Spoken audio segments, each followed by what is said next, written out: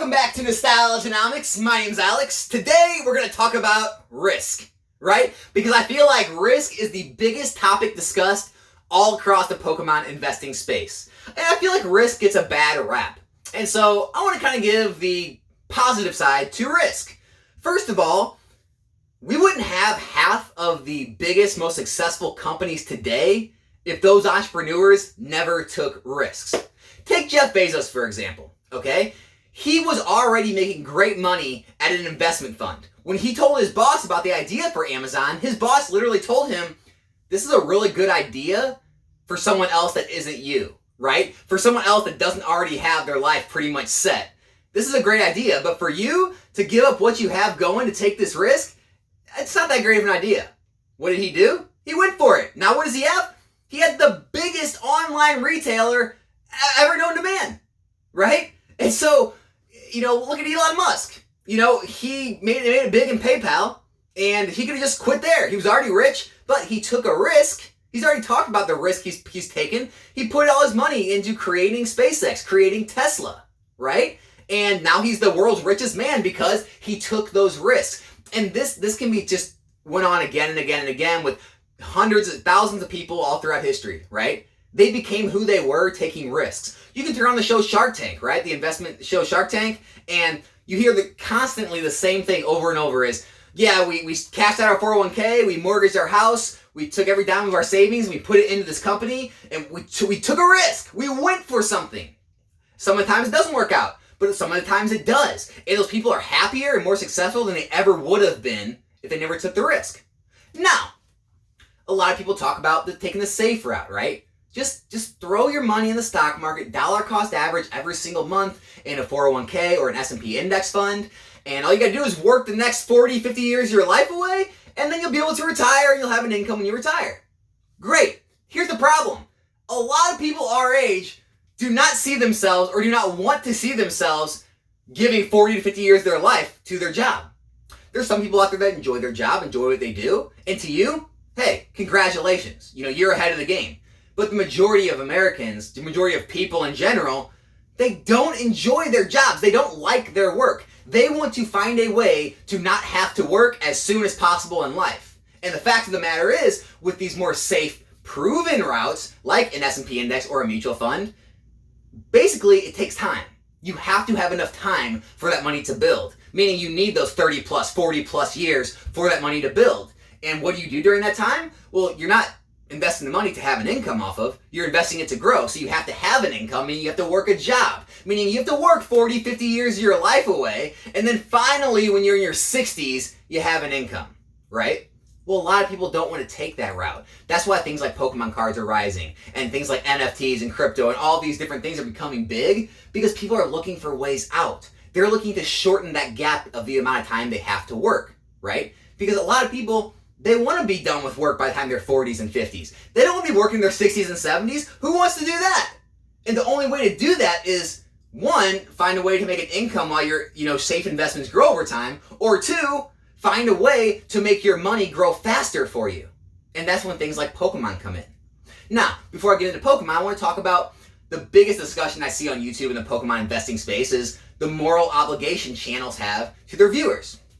I want to start this off by saying, I recently looked at my YouTube analytics to see exactly who watches my channel. Now, again, we can't know this for sure if kids use their parents' accounts or whatever, but my YouTube's analytics show that I have zero viewers under the age of 18.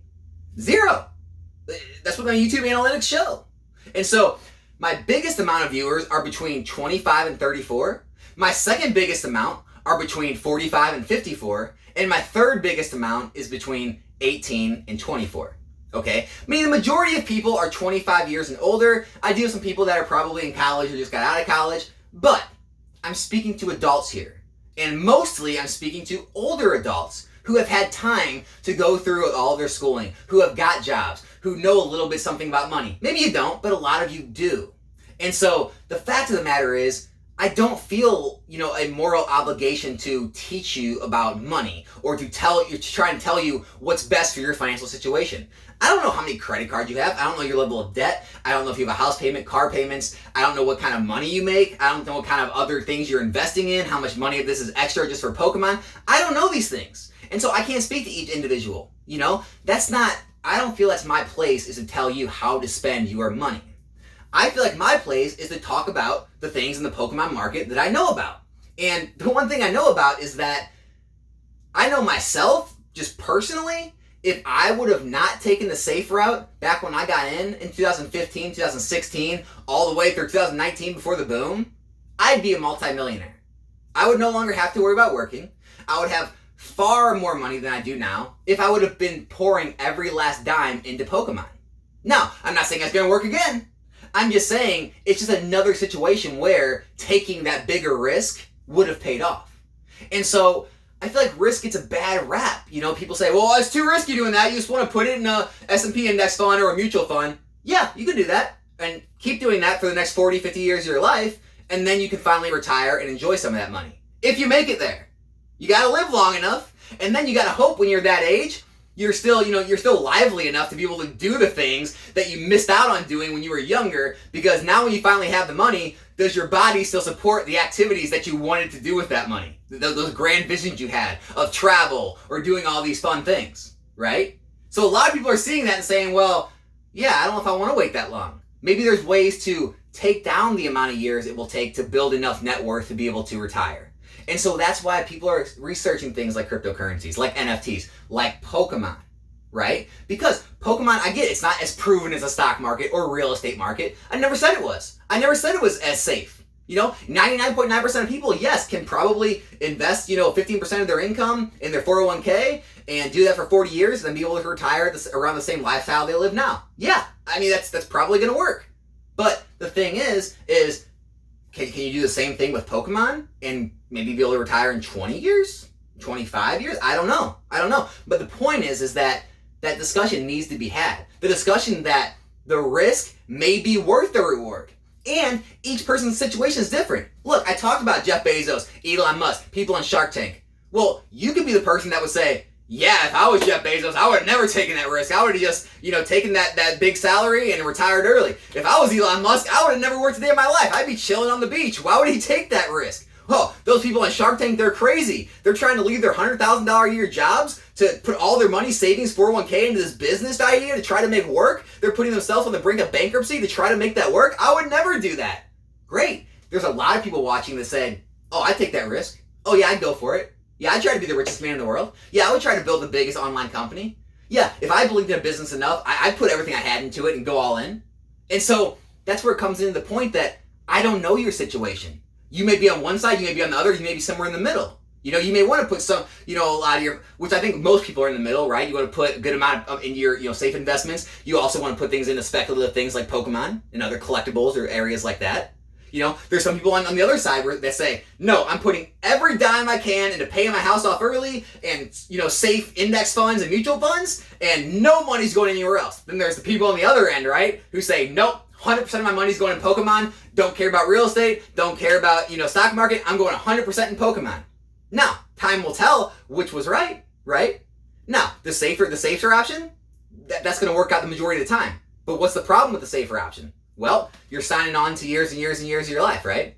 So to be safe, you're signing on to longer time periods. To be risky, you're taking the chance of, yes, going down or maybe even going bankrupt, having to start over, or maybe being done, retired in 10 or 20 years. You don't know. We don't know the future. The fact of the matter is, I never hear anyone talk about the positive side of the risk to reward ratio. It's only negative. It's only take the safe route, right? Just go work a union job and get your pension and make sure you put in your 40 years and then you'll be able to retire comfortably. Well, great, but how broken is my body after those 40 years? Did I even make it to 40 years? Do I have health conditions? Can I even do anything with that money by then, right? Now, to some people, it works out great and they have a great retirement. They get to hang out with their grandkids, and I'm not saying there's any one way fits all. There's no right option.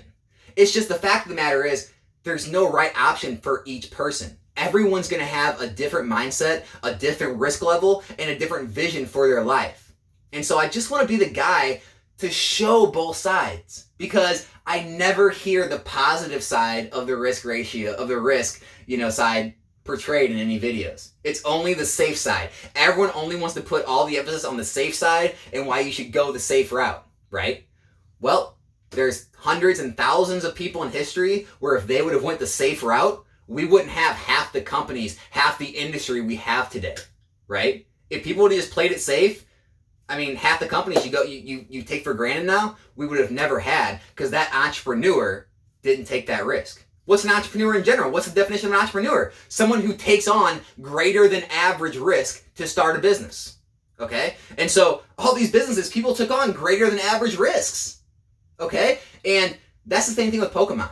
The people back before the boom who took on the greater than average risk, they made tons and tons of money, millions of dollars. That's why there are the Garys, the SM Pratts, right? Because they made millions of dollars because they took on greater than average risk. The people like me who took on average amount of risk, I was still investing in traditional investments, I was still putting money into savings, I was putting some money into Pokemon. Yeah, I did very well during the boom. But I guess you can consider it somewhat life-changing money for my situation being middle class, but I didn't make retirement life-saving money, right? I still work. And so these things need to be thought about. These need to be discussed. You need to figure out what's right for your situation. I can't tell you that. Other YouTubers can't tell you that, okay? If they could, well then I guess we'd have a whole world full of people with that view, and a lot of things would be completely different in the world today if everyone had like a safe mindset, or if everyone had a risky mindset. We'd have a whole bunch of turbulence, craziness all the time, right? And so that's all I want you to do. Think for yourself, make your own decisions. There's a lot of opportunity in Pokemon. There's also a lot of risk. There's a lot of safety in the stock market. There's also a lot of time involved. So just keep all those things in mind. Hope you enjoyed the video. Let me know in the comments if you did. Make sure you subscribe to the channel if you haven't yet. And everyone who is subscribed, thanks so much for sticking with me. Thanks for continuing to support the channel. Thanks for all the comments and the likes. And continue to come back and watch the videos. My name is Alex. This is Nostalgianomics. Be back here in a new video soon. I'm out.